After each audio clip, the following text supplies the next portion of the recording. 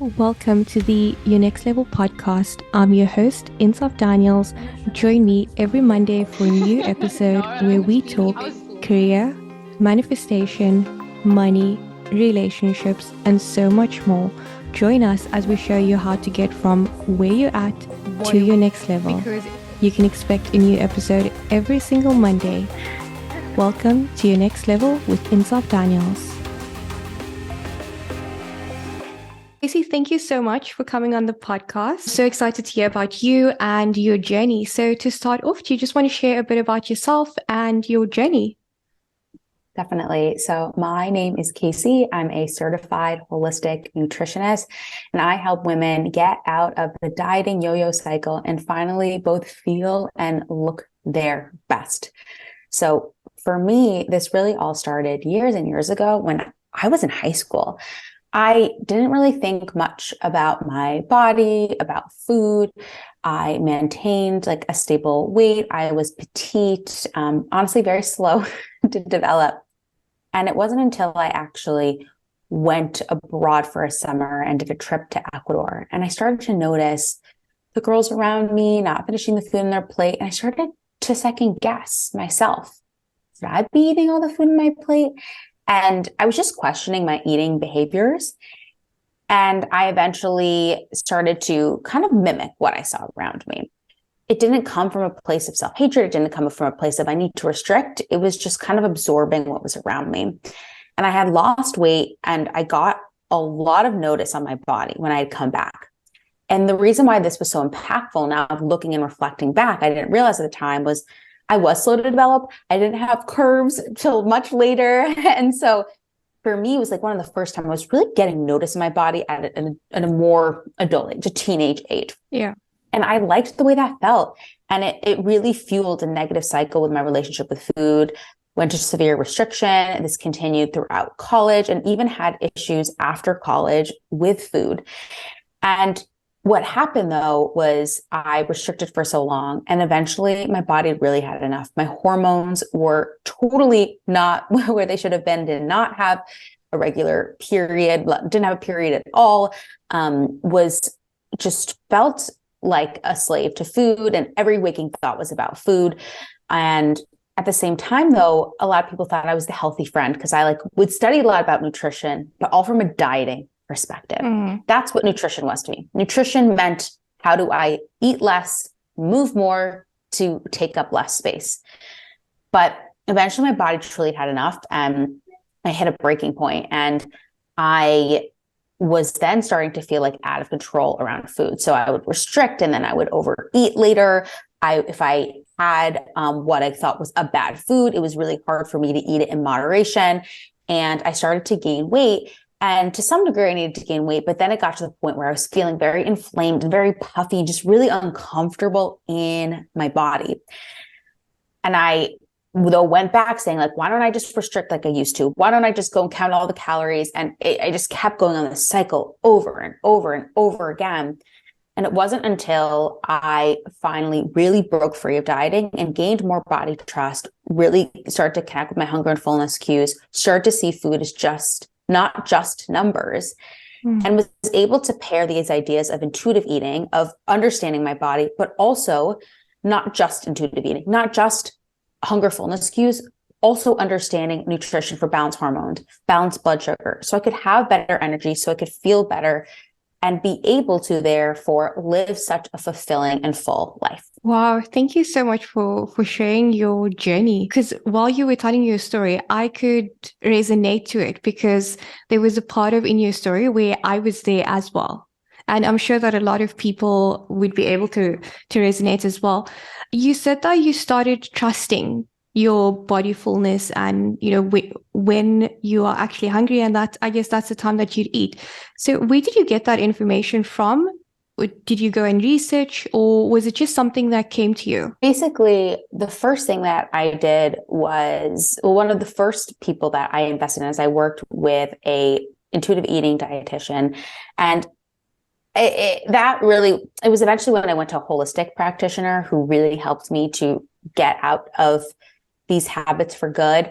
But I was introduced to intuitive eating. So intuitive eating, for people who are not familiar, it has 10 main principles that really focus on like quieting the diet mentality and starting to establish body trust. And when I listened to the intuitive eating book, like it was like literally light bulb moment after light bulb moment. And I encourage people to listen to this book, or I was listening on tape, but you could to read this book. I have the book and the audio book. And I remember driving to work, and I would drive to work and I would listen to this book, and I was like, this is me. This is me. And so there definitely was an uncomfortable period of time. I would love to say that it's easy, like, oh, you just are able to stop dieting and then you really think about your body and then it feels good. And it's just not like that. And that's why I found it really beneficial to work with someone, because there's so many unknowns. You're like, am I doing this right? There's so much uncertainty there. However, I will say the reason why it wasn't like as successful as I wanted to be at first when I was just focusing on intuitive eating was because I still wasn't then focusing on the proper nutrition that I need for my body to feel my best. Yes, I was starting to make peace with food. Yes, I would stop labeling everything as just good versus bad. But at the same time, what I teach my clients is you are smart, educated people. Like, you deserve to understand and be empowered by nutrition, not to fear it. So what that means is, let's not say all food is equal, because that's not true. Ice cream is not going to give you the same type of energy that a, balanced dinner is going to have. And that's okay. That doesn't mean ice cream is bad. Mm-hmm. We're not saying that it's bad. We also don't have to say that it's equal. And so with intuitive eating, a lot of it was like foods are being equal. And again, like intuitive eating works amazingly for people just by themselves, but it was still a real missing gap for me in understanding nutrition so I could probably feel my best. Because if I wasn't feeling my best, it was still harder for me to make healthful choices. It was harder for me to want to continue in the process. So when I then worked with someone who was a holistic nutritionist practitioner, she really, really helped me to have more confidence in my choices, because it's very hard to go from dieting to saying like, you're never dieting. But when you have a little bit more structure and understanding of nutrition, that allows you to then have more confidence in your choices without having to be as restrictive with like counting, with portions. It's more about having a loose framework to work with. And that's what really helped give me confidence and helped me really understand my hunger and my fullness. And I guess that it is really beneficial to have that coach, that accountability partner that you can go to when you are struggling. Because I'm sure it wasn't easy for you at the beginning to just adjust to everything that you listen to. Yeah, it's definitely hard. For so many years, I was just struggling doing it on my own. And I had read so much, I researched so much. People asked me nutrition questions. I was like, I should know what's going on. I shouldn't have to pay someone. Like, this is ridiculous. I should just be, and what happened? I was just harder and harder on myself. Mm-hmm. I was just beating myself up over and over, just getting angry at myself. And it didn't help. What I needed was, I needed someone to support me and to help guide me. But what I find also so often with clients is, and I was just talking about this with my husband last night. Like, I had a client ask me just last night about a question that has nothing to do with nutrition, nothing to do with anything of my expertise. She was asking about something related to her child. And she had already made the decision, but she's like, do you think that's a good decision? And so many of us, especially as women, we have been taught that we need to get validation from others, right? Like, we are supposed to do things for others, and we need to get others' approval. Yeah. And this is natural because we grow up in school.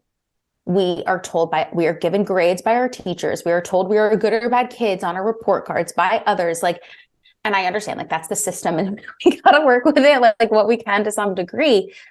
But we build everything but trust within ourselves. We're constantly looking to others to tell us what we should be doing, what we shouldn't be doing. Are we being good? Are we being bad? And that goes with our looks too. Are enough people telling us we're pretty? Are enough people telling us we're skinny enough?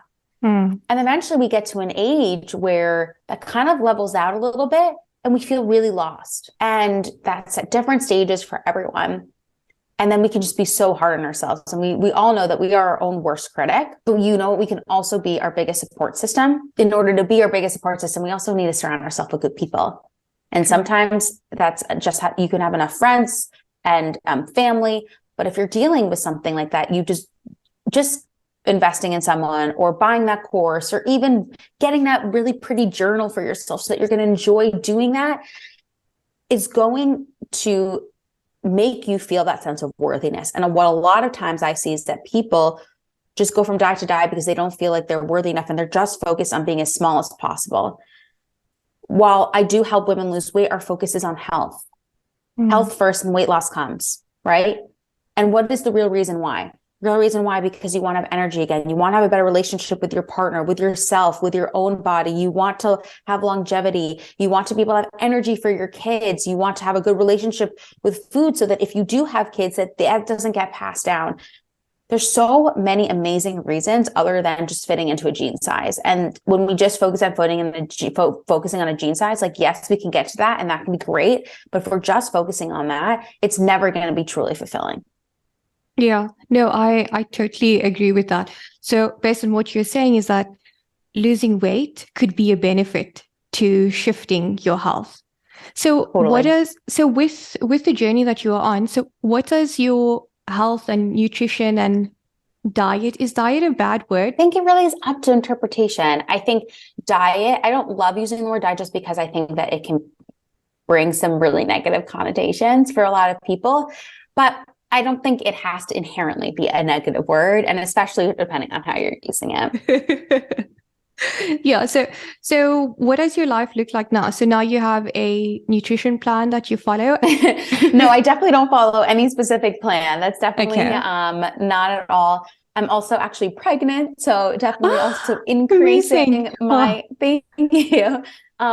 So the thing though is that with nutrition, I really like to provide with a framework. So how can we think about our balanced plate and how we can create balanced plates? So really making sure that we have protein, fat, and fiber-rich carbs at every meal, and really having those visual cues. So we can use check boxes to some degree so we can be able to be creating balanced plates. And I work with, what's so great about with the women I work with them, with my one-on-one women that I work with, they have messaging access to me. Send me pictures of their food and I can help them versus like putting it in an app and stressing about the counting and the weighing of the food. Like, no, we don't want to get anywhere close to that. So in the beginning, when I help them while they're sending me pictures, while we're going through more working through things, but it's not from a place of, is this too much food? What do I restrict more? It's more like, how can we be able to have that addition mindset? Maybe it is adding, as you said, like greens to the plate. Maybe it's more protein. Maybe you actually need some more satisfying carbs so you have enough energy. What is always a goal for me is to have the people that work with me be able to eat enough so that they can go 3, 4, maybe even 5 hours and not have to think about food, not be hungry again because they're eating enough. But I find especially with diet cultures, we've been taught like, let's eat as little as possible. And what ends up happening is we just are constantly thinking about food and then we're grazing and we're eating more and we're just not satisfied by what we're eating. It's not even enjoyable because we're just always hungry, thinking, let's eat the littlest amount possible. So instead, let's create really satisfying meals that's also beneficial for our blood sugar maintenance, for our hormones, for our metabolism, for our digestion. It has so many other benefits and also really helps us to have more food freedom when we can. Like when people think, oh, I'm supposed to eat this. And I was like, no, you should be eating bigger. And they're like, I had such a big breakfast, but like, oh my gosh, I am actually full till 1 p.m. I was like, yeah, that's what happens when you eat good, real food that you enjoy versus, okay, like I thought I wasn't supposed to eat breakfast, but then I have like a piece of toast or like I have an egg, right? Like an egg's enough. And then they have, something later and I'm like, I'm hungry. And then by the time it's lunch, like they still have the salad and they're so hungry by the time it's dinner. And they're like, oh my God, I don't understand. Why am I eating the whole pantry? And like, why do I feel like with dinner or like after dinner, I always need sweets? Like if you constantly feel like you need sweets all the time, that's probably a sign of a hormonal imbalance or that you're just not giving yourself enough fuel. Having a sweet tooth to some degree is a sign of hormonal imbalance. I love sweets. So like I love ice cream. I just had ice cream last night. Went out for ice cream, but I have it and I enjoy it. I used to, though, like every night be like, oh my God, like I would want it, but I wouldn't eat it because I would restrict it. Whereas now it's like I have times when I choose to have it and I want it. It's not like this constant gnawing craving, like, oh my God, that's looming over my head. We don't want that. That is such a good point that you made now that I'm thinking about it, because that's what used to happen to me. I used to crave certain things and it was like on my brain all the time. And what I did after that, I spoke to my boyfriend about it, and he said, why don't you just set time aside at the end of every month? You have this thing, and then it's something you can look forward to, and it's more exciting. And I did that, and which works so much better because now I'm not depriving myself from it. I'm not craving for it. I'm more excited that I'm going to have that treat. I love that you say that, though, because a lot of times we associate just having the treat with, oh, we failed, or like I only because I had a bad day, or once I have it, then, everything else is going. I better eat everything else that's in the pantry. So often we associate having treats them with a negative thing or a shameful thing. And that's not how we want to be able to view food. If you're able to have enjoyment associated with your food, you're not going to feel the need to constantly overeat it. And that can be really hard to grasp at first, that concept. But once you're able to put it in practice, you understand what I'm saying. Yeah. So what are some of the typical problems that your clients would come to you with? Because you said it's not only about losing weight. Yeah. So people come to me definitely most often with struggling with yo-yoing or dieting in the past, and just having a lot of confusion about what to do to best fuel their body. There's so many mixed messages, as we know, on social media about go keto or don't have carbs or have fruit only all the time. You should do this for balanced blood sugar. No, this. There's so much going on, and they recognize that there is something probably wrong with how they are to some degree eating food, but they don't know what, and they just feel frustrated and overwhelmed, and they are looking to me for support.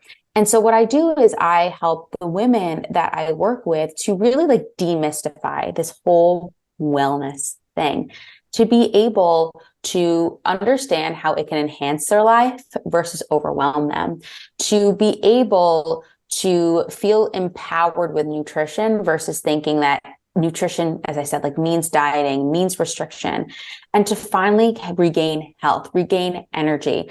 A lot of women who come to me, may have issues in the past with PCOS, or maybe having other, a variety of other issues, whether it's hormonal issues, whether they are on medication for anxiety or depression, and they realize how it's negatively affecting their eating behaviors, and they want to be able to feel more confident about how they're eating, because they are in turn noticing how then what they're eating affects their mental health and how cyclically that can. So I meet women with where they are. I have people who want to start like lowering certain doses on other medications. And again, I'm never going to like specifically give any doses in that way, like obviously going to a doctor specifically for that. But I love being able to focus on food first, but helping with supplementation, targeted supplementation, like where needed, to help to support with their lifestyle and their goals. So do they naturally come with a desire that they want to reach, or it's more, this is my problem, you help me? It's usually both. It's usually a desire,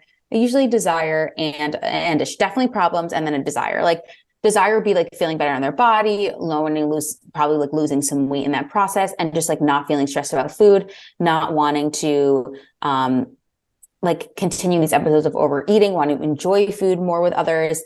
A lot of times, people are in relationships and they see the negative impact that their relationship on food has had with their relationship with their partner or their kids or their parents.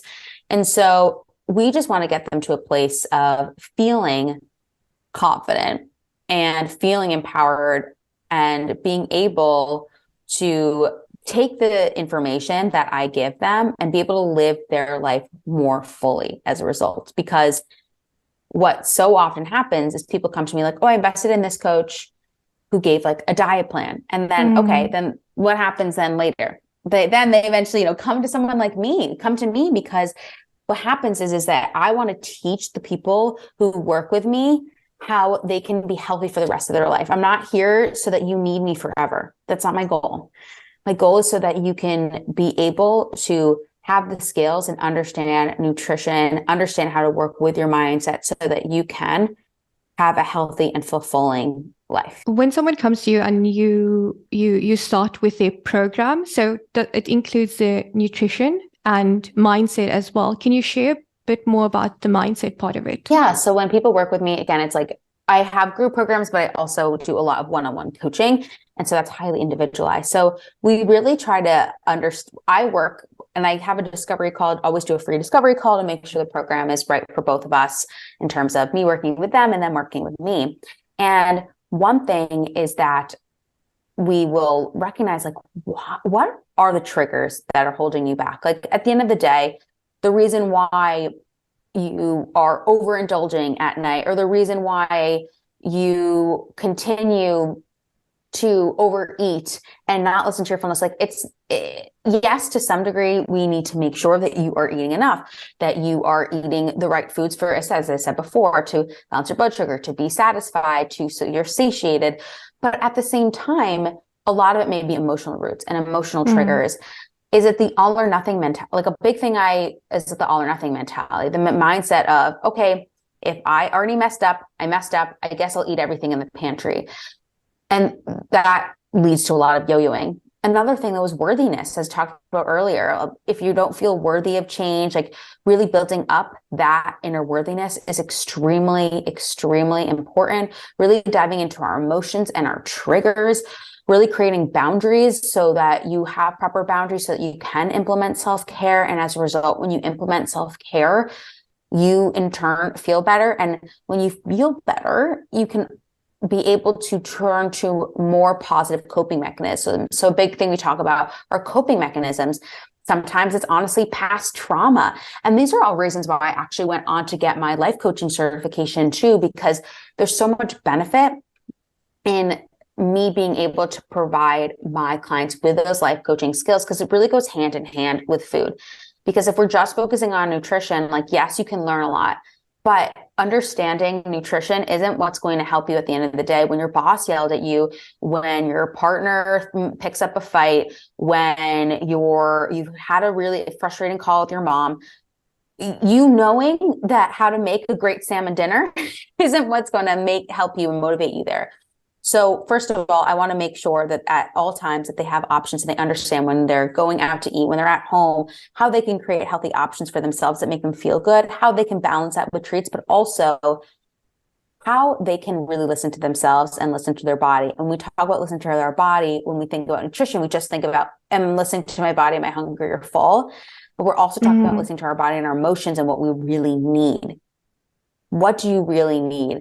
And one example of this is a lot of times we'll say, like people say they want sweetness, right? Like they'll be craving sugar. And yes, but also what is the sweetness in life that you're missing? Oh, I typically crave salt. So that's something that so how do I phrase that into what is something that I'm missing? Because typically I'm like, I'm missing the C, which I am missing right now.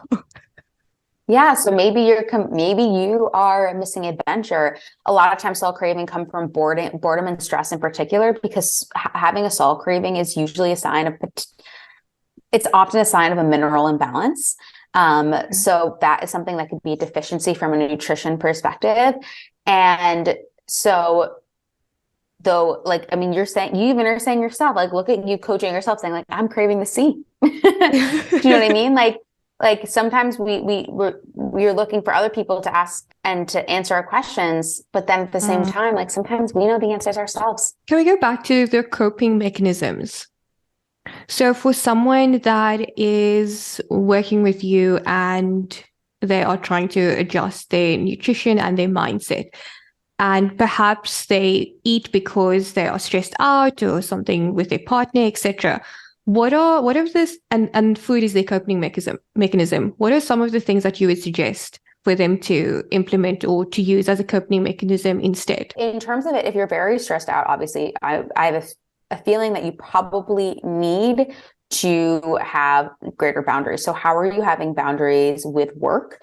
How are you having boundaries with your partner? How are you able to, though, also not make everything the path of least resistance. So often we think that everything being harder means we're doing better, and that things are so good that they have to be hard. So we take so much on. We're like, I'm going to be healthy. And so I'm going to be healthy and I have to cook all my meals at home. And I also need to get this promotion at work and also this and that. And we put so much stress on these outer things versus focusing on what we really want. And so I would tell this person to think about what they really want to feel. How do you really want to feel at the end of the day? What are those emotions and what actions can help us to lead to those emotions? How can we create boundaries to be able to therefore not feel like you need to rip your hair out at the end of the day? I would definitely also create mindset practices, whether it's meditation, whether it's journaling, definitely getting in nature where they can, breathing practices, breathing exercises, combination of how we can start their day and get them in parasympathetic mode, which is our rest and digest state, versus sympathetic, which is like our fight or flight. So how can we be able to find that in the beginning of the day, be able to have more calm, but also create ways and strategies to be able to activate that parasympathetic nervous system throughout the day so that it's not just boiling over. So then you're at home and again, you want to rip your hair out. Instead that you are able to, like so often we don't address issues until they're at their boiling point. And so instead, what I want them to focus on is like, how can we be able to implement things throughout the day so we can get more peace and we get more calm? How can we be able to create more meaningful relationships? How can we be able to lean on others in our life and feel that support system so we don't feel so alone? How do you envision the future of the holistic health? What type of advancements would you like to see? So I definitely want people to be understanding that the importance of bio-individuality, and without a one-size-fits-all approach, it's so much easier to sell and so much easier to absorb the idea of like, oh, like that person's doing that, and so I should do that. But people being able to have bio-individuality, but in a more affordable way. Now people have these like wearables that are very expensive and they're getting all this data, which is cool, but that's not for the average person. And so an understanding of our, unique makeups that doesn't require extensive testing right now. It's so hard to get blood testing. It's so hard to get your levels of your hormones. It's so hard to understand that on a granular level. And I would love for people to be able to have more access to that. That would be a big goal. And then also just really to get out of this diet mentality. I would really love for there to be more acceptance. And I love that there's more body acceptance overall, but then there's also been kind of a stark dichotomy between, okay, we have body acceptance and then we have dieting. And why can't there be an in-between where we are maybe wanting to lose weight in a healthy way and focusing on health? And it doesn't have to be dieting. It doesn't have to be restrictive. And I think there needs to be a growth in that space. And that's what I'm trying to do, to show people that they can focus on their health from a place of health, focus on their longevity and take care of their body. But also there's nothing wrong with having aesthetic goals. And right now it can almost seem taboo to have aesthetic goals. Or if you do, then it's like extreme, and that doesn't have to be. And so I want that to be something that people more greatly understand. The way you explain it, it sounds like it's more looking after your health from a place of love rather than I hate this, I need to change it. It's because I love my body, like let me help myself be more healthier and live longer. So with that, can you offer some practical tips or advice for someone who wants to start their journey towards a balanced and healthy lifestyle? Where should they start? Yeah, so I would definitely say making sure that you're getting balanced macronutrients in all of your meals. So that would mean having protein, fat, and fiber-rich carbs at all of your meals. So often what ends up happening is we have the best intentions, but we don't have that balance. And as a result, that leads to those blood sugar imbalances, which lead to not proper optimal hormones. And that is what leads us to having more stress, making us not as satisfied by our food, making us feel hungry when we're like, I don't understand, like I shouldn't even be this hungry. And we go into these cycles. I would also say for people to really take time while they're eating. Take a second and slow down. Stop being so distracted. Take a deep breath I love when people do put their hands on their belly and deep breathe for 1 minute. This will really, again, have to help to activate that parasympathetic nervous system I talked about earlier, that rest and digest state. And what that does is that helps us with digestion, which obviously is ideal for us when we're about to eat food. And take time. It takes around 20 minutes for your brain to catch up with your stomach to recognize its fullness. So if we scarf down our food in 5 minutes and then we're like, oh my God, I need more. Now, I'm not saying you can't have seconds, but so often we get seconds and then we're, oh my God, I'm so full because we just ate too quickly. So waiting those 20 minutes and taking that time before, that minute before, to get ourselves into that rest and digest state can be super, super helpful. Can you share some transformations that have happened through the women that you had coached? What was the issue that they were experiencing, or rather the change that they wanted to see in themselves and in their body, and the change that they want to feel? Yeah, I mean, I've had so many women come to me with a variety of different health-related issues. I had one, I'm just thinking of right now, a woman I reconnected with who I worked with a year ago, and she came to me with having Crohn's and was on a lot of medication, had been dieting ever since she was a little kid. And she just was feeling so frustrated with her body and with food.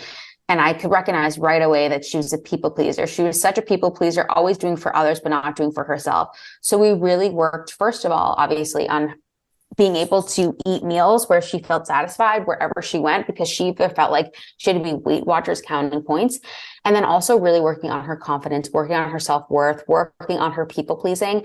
And it's so amazing. She just sent me an update that she decided, she was like, I can't imagine where I was a year ago versus now where I am, being able to take, like, she was able to get off most of her medications. She was able to feel better in her body, maintain a healthier body.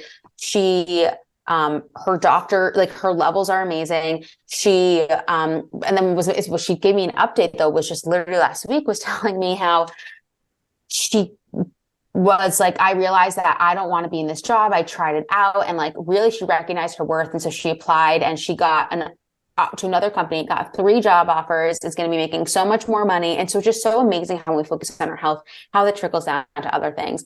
I just had a client graduate from my program who came to me having gained 20 pounds postpartum because of postpartum depression.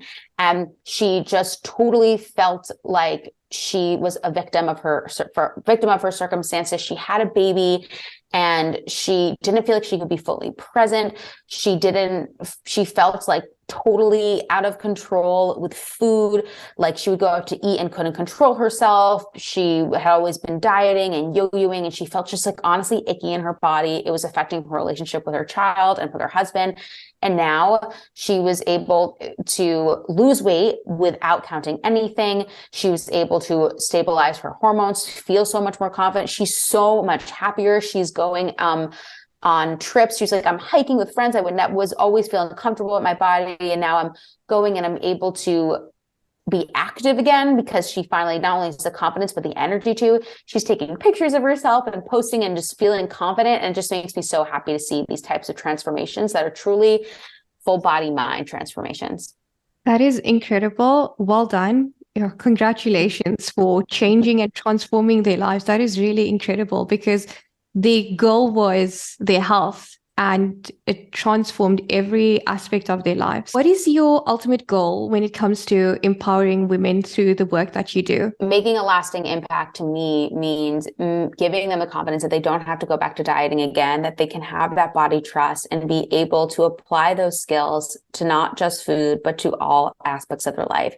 The way that we eat food, our relationship with the food, is such a reflection of the way that we have a relationship with so many other aspects of our life, whether it's our all or nothing mentality, whether it's that worthiness piece that I talked about. And there's so many other factors here, right? And so when we can work through our emotions with food, we can work through our emotions, honestly, with anything.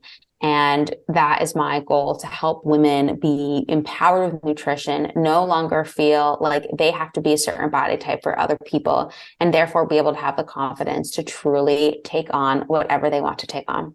Oh, That is so amazing. Thank you so much. I was going to ask you if you had any last tip, but I think you just said it. That was so beautiful. Thank you. Thank you so much. So if someone wants to work with you, how do they go about doing that? Yeah, so I have a few spots open for private coaching. I also have a wait list for my group coaching program. And I even have a program for prenatal nutrition and fitness that I did with my friend who's a prenatal fitness specialist. So to get information for all of that, I would check me out on Instagram. I am Your Case for Wellness on Instagram. And that will, have all my links there. Send me a DM. I love to talk to anyone, answer your questions, be able to support you. Thank you so much. I will link it down below in the show notes. Thank you very Awesome. much. I have learned so much from you, and I'm sure that there are going to be so many others that is just going to take so many important things away from this episode.